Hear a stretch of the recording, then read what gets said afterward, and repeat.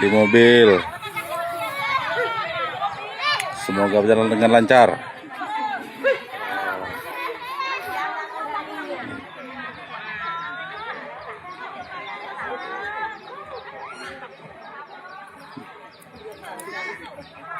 Mau rujuk pasien, lahir di mobil. Nah.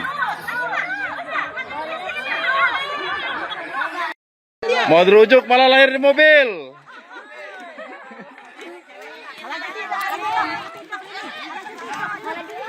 Desa Tanjung Baru.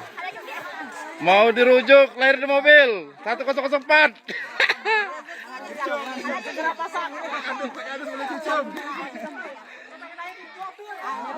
Alhamdulillah. Rezeki. Wah. Rezeki Idan nih nah. Nah. Masyarakat di Bulak 2 mau dirujuk lahir di mobil 1004. Kemarin hari lalu ada ibu melahirkan di mobil karena kondisi jalan yang tidak yang balak, boleh dijelaskan Pak Bu? Ya, saya menghubungi pemerintah ya, kita baik provinsi maupun kabupaten. Itu saya belum jelas kabupaten, tapi saya mau mohon maaf kepada masyarakat. Kami berusaha sebelum memperbaiki seluruh akses infrastruktur baik di sesuai kewenangan masing-masing provinsi, kabupaten, kabupaten. Jadi saya yakin dan mohon pada masyarakat insya Allah kita berusaha untuk memperbaiki jalan. Oke. Di mobil. Semoga berjalan dengan lancar.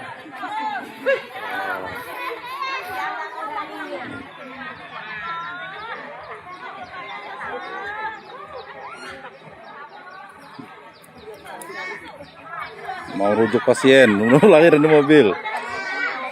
Anda kembali di iNews Today, pemirsa. Akibat flexing yang dilakukan anggota keluarga di media sosial, seorang pejabat daerah di Gayo Luwes, Aceh mundur dari jabatannya. Ya, unggahan flexing tersebut membuat warganet geram dan viral di media sosial.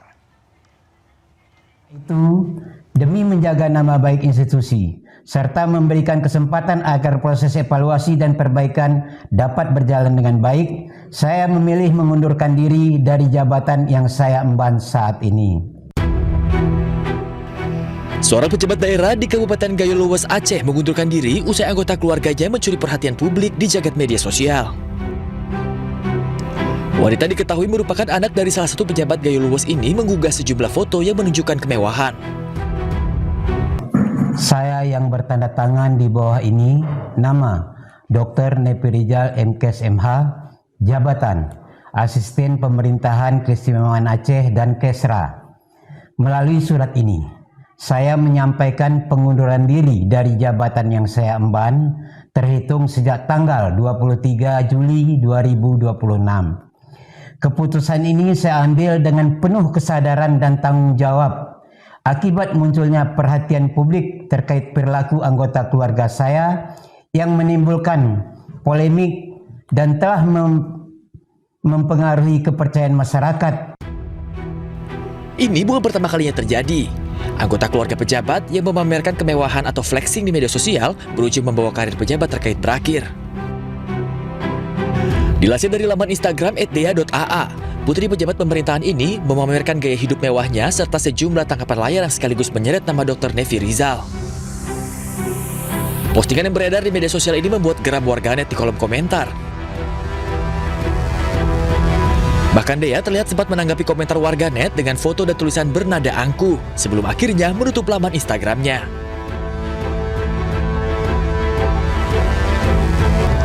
Mirisnya, di tengah kemewahan dan kekayaan yang dipamerkan, Gayo Luwes masih terus mencoba untuk bangkit dari banjir bandang yang sempat menerjangnya akhir tahun lalu. Jalan-jalan yang rusak, bangunan yang roboh, listrik yang sempat padam membuat warga sulit untuk hanya memenuhi kebutuhan dasar mereka. Di saat rakyat berusaha bertahan, ada pejabat yang justru mempertontonkan kemewahan. Ini menjadi gambaran bahwa kekuasaan tanpa empati hanya menjadi ironi. Tim Liputan, iNews melaporkan.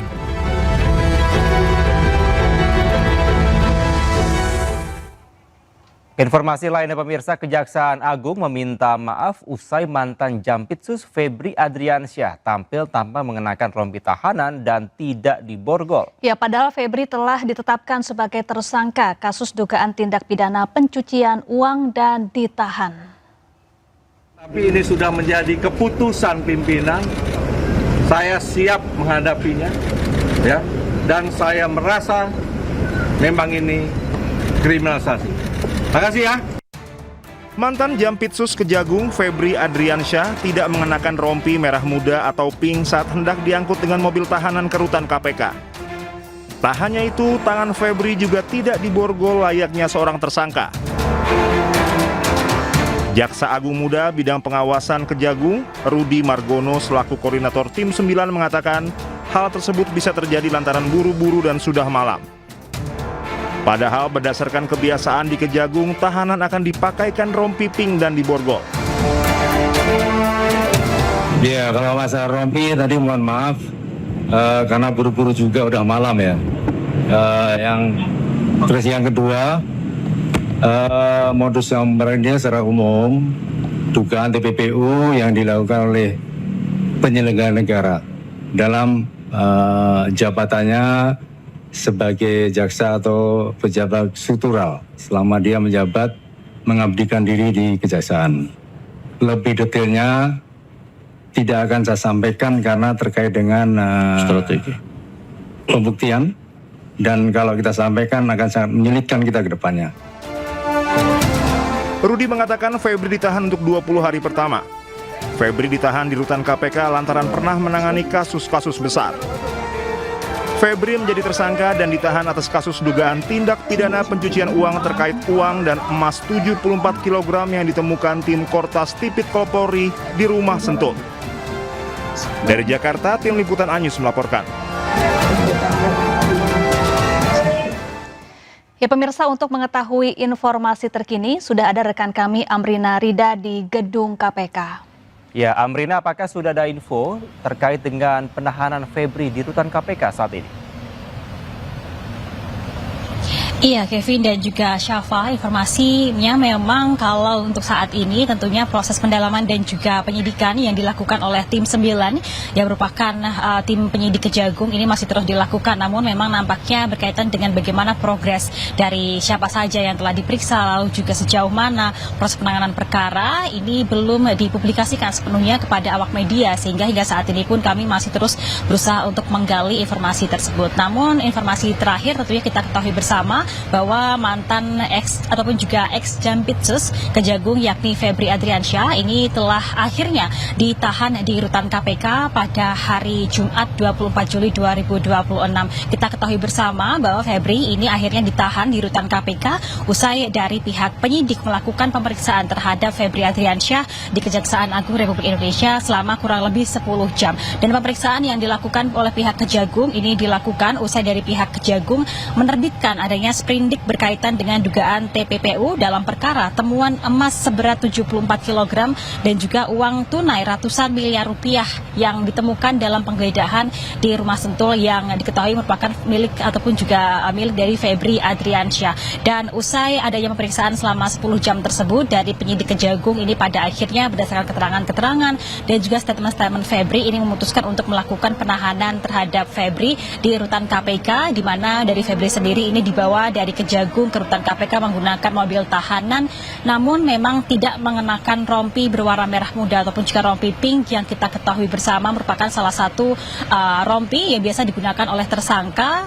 yang dipakaikan oleh pihak Kejagung. Nah, hingga saat ini informasi kami dapatkan dari pihak Febri ini masih terus ditahan di rutan KPK, dan hingga saat ini pun juga di KPK belum ada pergerakan yang cukup signifikan dan juga tidak ada pengamanan yang begitu berbeda dibandingkan dengan hari-hari normalnya.